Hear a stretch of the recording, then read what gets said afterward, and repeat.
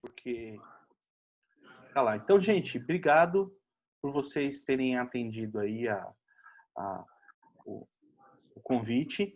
Tem uma coisa, não se sintam ofendidos, porque eu não sou professor de português, então, na verdade, eu sei que vocês estão há muito tempo sem professor, tem aqueles problemas das licenças, e acaba sendo uma dificuldade, e assim, um pedido dos próprios representantes foi de fazer algumas aulas para poder reforçar, tirar algumas dúvidas e abordar alguns pontos, ser pontual em algumas coisas para poder ajudar, ainda mais na fase do Enem e tudo mais. Então, a aula é aberta, é um convite.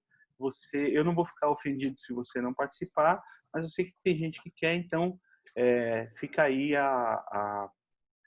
o convite para a gente sempre fazer. A gente sempre vai fazer naquele horário que eu passei para vocês, que é 11h15. Hoje a gente só atrasou por conta dessa reunião que teve aí para despedir da Mabel, mas vamos lá, né?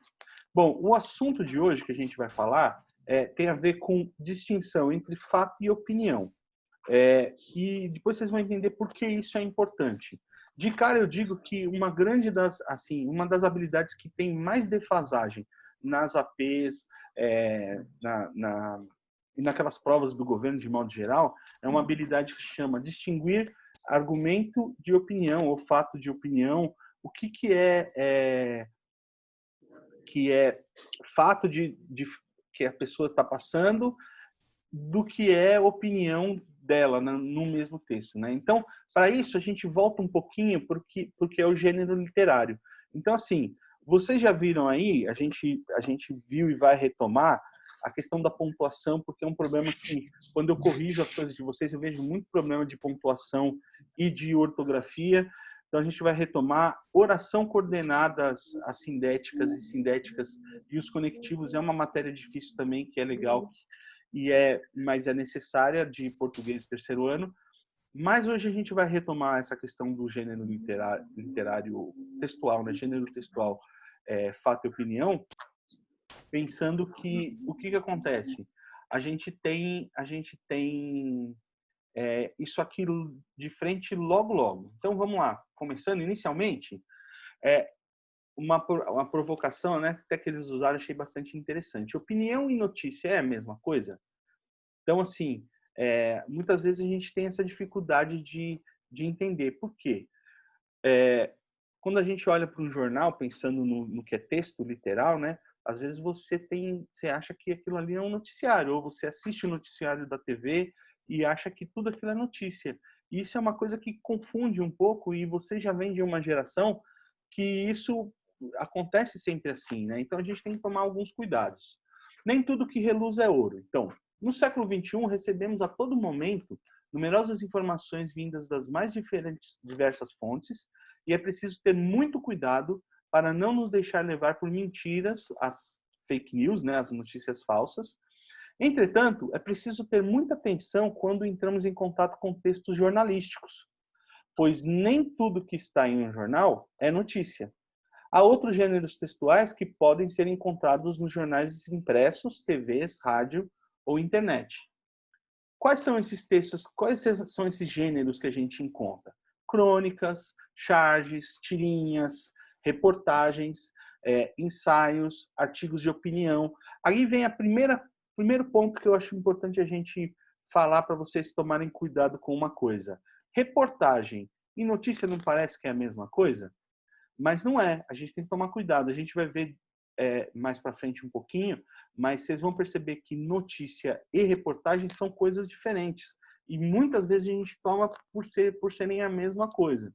Então, como distinguir opinião de notícia? O primeiro passo para a gente distinguir é a questão da subjetividade e da objetividade. Então, subjetividade, o que é? Vamos tentar entender pela semântica da palavra, né? É o caráter pessoal de um pensamento, uma opinião que uma pessoa pode ter, mas que pode ser questionada por outro. Então, opinião necessariamente não é uma verdade. Quanto mais bem informada uma pessoa estiver, possivelmente mais próxima da verdade será a sua opinião, mas ainda assim será apenas uma opinião. É a questão da subjetividade. Você imagina dois centros, a verdade e a sua opinião. Então, Você pode, quanto mais informado você tiver, mais concêntrico, mais perto tá. Mas isso não quer dizer que é ela mesma. Outra forma de pensar na questão da notícia, né? É a objetividade. É a qualidade daquilo que é objetivo. Se você lembrar lá do mundo sensível, de filosofia, Platão, Aristóteles, você tem que pensar que a objetividade está muito ligada a essa coisa do mundo sensível, que vem, inclusive, da iniciação científica, do método científico, para você ver realmente do que é possível ser tocado, né? Aquela coisa. Então, ele é externo à consciência, é resultado de observação imparcial, independente das preferências individuais. Para dar um exemplo, você foi assaltado e tem que fazer um BO na delegacia. Se você chegar lá na delegacia e falar para o delegado, ô, delegado, o bandido ele era muito malvado, ele era cruel, ele era um cara que era ruim. Então, com certeza, o delegado, o escrivão, não vai conseguir correr atrás de procurar essa pessoa. Por quê? Você está dando só a sua impressão que você teve sobre ele, não dados objetivos. A questão, para preencher o BO, você vai ter que falar: o cara é alto, o cara é magro, o cara é careca, usa boné, tem uma barba, ele é branco, ele é... Sabe, esse tipo de coisa? Você precisa de dados objetivos. Aí, falando ainda sobre objetividade e subjetividade, aqui tem alguns exemplos. Por exemplo, o homem que invadiu a casa era um sujeito perigoso. Nessa frase, a gente está sendo objetivo ou subjetivo? Se vocês quiserem falar, até ativo aqui o microfone de vocês, para ser rápido. Essa frase é objetiva ou subjetiva? Leilane, fala!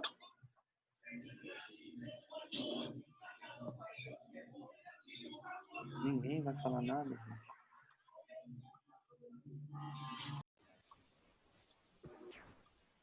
Eu acho que é subjetiva. Subjetiva. Por quê? Subjetiva. Porque imagina, o sujeito que invadiu é um sujeito perigoso. Perigoso é uma impressão que você tem dele. Pode ser que o policial não tenha essa mesma impressão que você teve, né? Um outro exemplo aqui. Odiei quando retiraram Kevin Spacey da série House of Cards. Eu não sei quem é o Kevin Spacey. Eu assisti poucos episódios do House of Cards. Mas quando você vê uma frase começando com um sentimento, odiei, já está na cara que ela tem um lado subjetivo. Ela não está dando margem. Uma notícia a respeito disso seria: Kevin Spacey foi cortado da série House of Cards. Ou o orçamento da House of Cards não comportou pagar o ator tal. Isso é uma notícia direta. Mas aqui, quando o cara começa com um sentimento, já tem um lado subjetivo, né? Agora, essa última. O médico que receitou antibióticos... Não, o médico... Aqui, esse que a gente tem que tirar. O médico receitou antibióticos e foi suficiente. Então, imagina, aqui está dando um fato. Então, isso é uma questão objetiva, né? No mundo do jornal, vamos lá. Em um jornal, o texto lido refere-se a uma notícia, quando informa os fatos. Quando há um aprofundamento desses fatos, tem-se uma reportagem. Então, lembra que eu falei da diferença de notícia e reportagem? Quando você tem um aprofundamento a respeito de alguma coisa, por exemplo, Brumadinho estourou a represa. Notícia. Vamos lá fazer... Depois eu vou até usar isso daqui, mas como a gente tem que correr, vou fazer lá, levantar os dados, tentar ver o que aconteceu e tal. Inevitável que essa reportagem vai entrar em opiniões de quem está fazendo. Um documentário, ele tem fatos? Tem, mas ele acaba tendo opiniões sobre aquilo, né? Porém, existe um profissional no jornal chamado articulista. A sua função é opinar sobre as notícias. Articulistas políticos, de notícias do cotidiano, de esportes, mercado financeiro, mundo corporativo. Para a gente citar exemplo, Miriam Leitão, do mercado financeiro. No corporativo tem o Max Geringer. Esporte, você tem vários, né? Se você pensar, o Casagrande é um comentarista, o Romário agora é um comentarista, tem os articulistas políticos. Então, o que eles fazem? As informações que este profissional nos transmite são baseadas em suas impressões a partir do noticiário. Portanto, não é necessariamente a verdade. mas a verdade sobre a ótica do seu ponto de vista. Geralmente são escritores de artigos de opinião. Por que eu enfatizei ali ponto de vista? Porque, gente, o que é um ponto de vista? Ponto de vista é a vista de um ponto. É bem simples e meio ridículo até. Mas, às vezes, o que você pode estar vendo é diferente do que o outro está vendo. Então, assim, é um ponto de vista. O meme que eu acho mais legal é esse daqui. O cara anunciando no Airbnb a casa com piscina e você vai ver uma reganzinha. Então, por mais que você tenha a visão correta de alguma coisa, dificilmente você vai ter a visão completa a respeito daquilo, né? Então, cuidados que a gente tem que ter. Jornais, hoje em dia a gente tem muitos jornais que têm pouca notícia, isso tanto na TV, na internet e até mesmo escrito, que tem muita opinião e pouca notícia de fato. E por que isso? É importante a gente entender esse contexto histórico do porquê isso acontece assim. A gente vive hoje um período pós-ditadura militar. Então, assim, você tem que entender que tudo que acontecia antes da ditadura militar sofria censura. Então, opinião era uma coisa que não se podia dar. Então, a notícia ela tinha que ser totalmente notícia mesmo, imparcial, sem nada disso. Então, quando a gente tem um pêndulo, funciona como um pêndulo, né? Quando está muito puxado para um lado e você solta, é natural que passe do meio, né? Não se equilibre a princípio, que você vai e volte. Então, durante muito tempo foi proibido, é natural que hoje você tenha, como se diz, uma ênfase muito grande em dar a opinião, em falar, em expressar essa opinião, né? A gente vive esse momento já, apesar da ditadura ter acabado há algum tempo, mas a gente ainda está nessa parte que a opinião é muito forte. Por isso você tem muitos jornais que é importante dar opinião, que o cara fala muita opinião, que você tem muito comentarista. Então, assim, a gente tem que se entender também dentro dos processos históricos, né? Bom, para dar um exemplo, não ficar só na fala, alguns exemplos de manchetes que foram manchetes mesmo em noticiários totalmente imparcial. E aí vem uma palavrinha que para o Enem e para as provas ela é muito importante. Ó, textos denotativos. Toda vez que você ouvir falar de denotação, você está falando de algo que é objetivo. Se ouvir falar de conotação, já é um texto que tem uma impressão, existe uma opinião por trás daquilo que foi colocada, né? Então, às vezes o cara não fala de artigo de opinião, tal, mas ele fala, ó, qual a conotação, ou seja denotativo em tal parte. Então, essas palavrinhas são bem importantes, mas dá uma olhada aqui nas manchetes, né? Avião atinge hoje o Trade Center e o Pentágono. Você poderia até questionar, mas não foi só um avião, foi o Al-Qaeda, foi o Osama Bin Laden, foi muito maior que isso. Mas o fato que você pode averiguar pelas imagens foi que o avião atingiu o World Trade Center e o Pentágono. Descobriram uma vacina para poliomielite, que era a paralisia infantil. Poxa, é um fato. Jânio Quadros renunciou depois de pouco tempo do mandato dele. O que isso ocasionou, quais foram os efeitos, é conotativo, não é denotativo. Entendeu? Então, isso é importante a gente ver. Deslizamento de terra deixa dezenas de desabrigados na região dos lagos. Ayrton Senna vence o tricampeonato de Fórmula 1. Tá. Isso são muito informação, notícia, né? Hoje em dia, quais temas de noticiários atuais poderiam ser articulados como notícia e ou opinião? E qual a sua diferença? Ontem, por exemplo, a gente teve lá o pronunciamento do governador falando a respeito do espera só um minutinho, gente.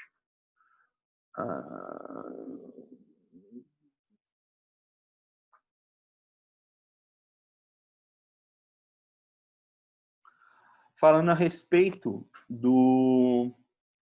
da flexibilização ou não da quarentena, né? Então, assim, o que o pessoal que trabalha no jornal pode alegar como notícia? Olha, vai começar uma flexibilização a partir do dia 1º, de tal coisa. Se você vai falar da economia, você pode falar: a economia está sofrendo drasticamente os problemas do Covid e a gente pode ter sérios problemas no futuro, tal, mas a saúde tem tal, são fatos. Agora, o que eu acho a respeito disso acaba sendo opinião, né? Qual a diferença? A diferença é um fato, é observável e é uma coisa específica, ou é algo que tem a ver com a minha opinião sobre o assunto? Tá, tudo isso por quê, gente? Porque, se você parar para pensar, por que é importante, por que isso é uma habilidade que é cobrada de vocês e que eles pedem para a gente retomar sempre? Porque o que dá mais ponto no Enem é a redação. Redação é um texto dissertativo argumentativo. E o que é um texto dissertativo argumentativo? Vamos lá. O texto dissertativo argumentativo busca defender um ponto de vista sobre determinado assunto. É fundamentado com argumentos para influenciar a opinião do leitor ou ouvinte, tentando convencê-lo de que a ideia defendida está correta. Seu objetivo é convencer ou tentar convencer o leitor pela apresentação de razões e evidências de provas, por meio de um raciocínio coerente e consistente, isto é, à luz de fatos. Bom, gente, vocês percebem que, para você construir bem um texto dissertativo argumentativo, tem que estar muito claro na sua cabeça o que é fato e o que é opinião. Por quê? Porque na hora de você construir, vamos tentar relembrar algumas coisas que a gente tem lá nos textos para o Enem, né, na redação do Enem. Você tem os textos de apoio. O que são os textos de apoio? Eles são, na verdade, eles são informações para vocês do que está sendo pedido lá, sobre o tema que está sendo pedido. Então, assim, se você não se preparou, se você não tem esse repertório, aquele texto, ele é informação, ele é fato, ou ele vai até expressar a opinião de alguém, mas você precisa identificar o que é fato dentro daquilo ali, o que para você poder defender uma opinião sua, né? Quais são as partes do texto dissertativo argumentativo? O título, introdução, desenvolvimento. A gente já viu isso até o ano passado e falou, mas qual parte a gente tem que lembrar sempre? Bom, aonde eu vou dar minha opinião geralmente? Aquela parte, eu acredito que, portanto, concluímos, é na nossa conclusão. A introdução dá uma pincelada no que você falar, mas principalmente a parte do desenvolvimento é onde você tem que usar fatos, onde você tem que usar notícias. Você pode até usar a opinião de outros, mas citando de quem é a opinião, você vai usar os argumentos. Não é ainda a sua conclusão, não é a sua opinião. Então a gente tem que entender aonde é que se encaixa isso e por isso que eles pedem isso como uma habilidade. Por exemplo, a partir do fato de que um país pode atingir outro com ataques nucleares, é possível desenvolver um posicionamento sobre o uso ou não da energia nuclear. Se eu fosse fazer um texto dessa forma, o que eu teria que fazer? Falar assim, olha, foi atingido, essa é uma foto lá de Nagasaki, foi atingida com uma bomba nuclear, e etc, e tal. E aí você pode começar a dar os fatos do que foi, do que é. E aí, lá no final, você vai dizer o quê? Ah, poxa, mas será que é viável a gente fazer isso? Porque apesar de ser útil a energia nuclear, como a gente viu em todos os fatos que a gente viu, também existem os fatos que mostram que ela pode ser perigosa e etc. Mas a sua opinião está baseada dentro de fatos, percebe? É uma coisa um pouco diferente. O outro caso foi o de Brumadinho. Então, pense o seguinte, Brumadinho, no desastre ambiental como Brumadinho, você vai pensar lá, o cara vai, qual é o fato? A represa rompeu. O que aconteceu, né? Agora, quais opiniões a gente pode levantar? Quem são os culpados? É viável continuar usando esse tipo de represa para poder extrair minério de ferro ou não? Então, assim, é muito importante a gente ver isso. E agora, eu vou ler rapidinho um texto que é um texto argumentativo dissertativo, para a gente só pincelar as últimas coisas aqui no final. O mercado de trabalho está em constante transformação. o desenvolvimento da tecnologia da informação avança no mundo das profissões. Quem não se preparar poderá ficar marginalizado e, por isso, é fundamental uma atualização constante em novas tecnologias. Estar atento a essas mudanças é importante nesse universo profissional.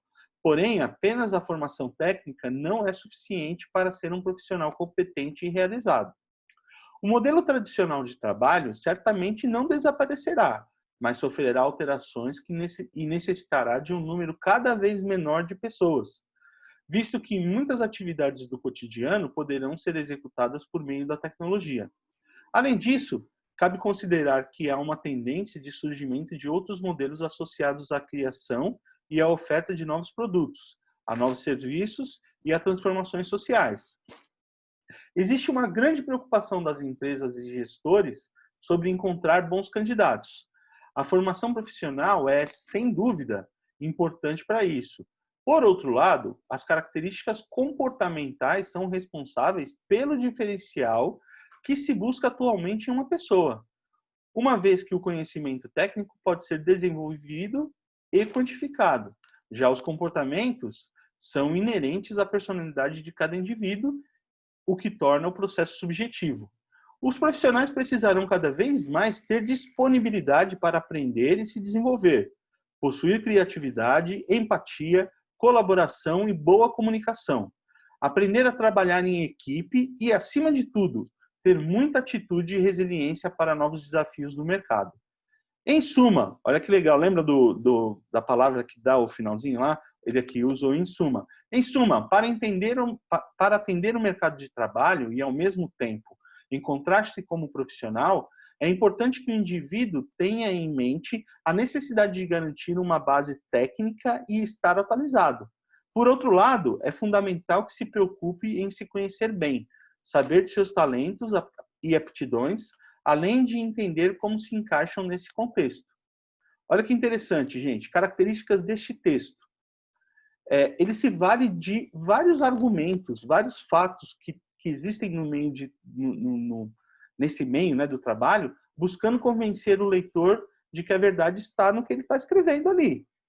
Mas outro que é um erro comum, ele não encerra necessariamente isso como uma verdade. Ele diz, é importante isso, é importante aquilo, os gestores estão procurando esse tipo de coisa, mas ele não encerra. Dá para você discordar dele, dá para você falar, e ele não coloca isso como uma verdade absoluta. Muitas vezes acontece dos alunos colocarem isso como uma verdade absoluta e acaba gerando um problema, porque os avaliadores, eles acabam percebendo isso, porque, se é uma opinião, o cara sabe o que é uma opinião, ele sabe o que é fato, ele sabe o que é argumento lá que o cara usou, mas qual é a parte que é a opinião dele? Ele sabe que opinião é só opinião? Ou ele está colocando a opinião como uma verdade? Então, assim, distinguir fato e opinião é muito importante quando a gente vai fazer esse tipo de texto. Para finalizar, eu vou deixar 2 perguntas aqui para vocês pensarem e depois até refletirem. Quais são os maiores problemas ao se desenvolver um artigo de opinião diante disso que a gente falou? E como conseguir argumentos para se desenvolver um bom artigo de opinião?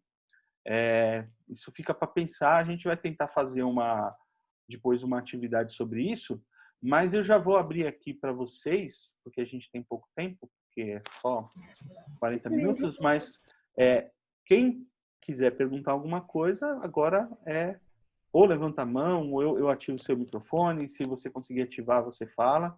Mas se você tiver alguma pergunta, agora é a hora. A gente tem pouquinho de tempo, mas vamos lá.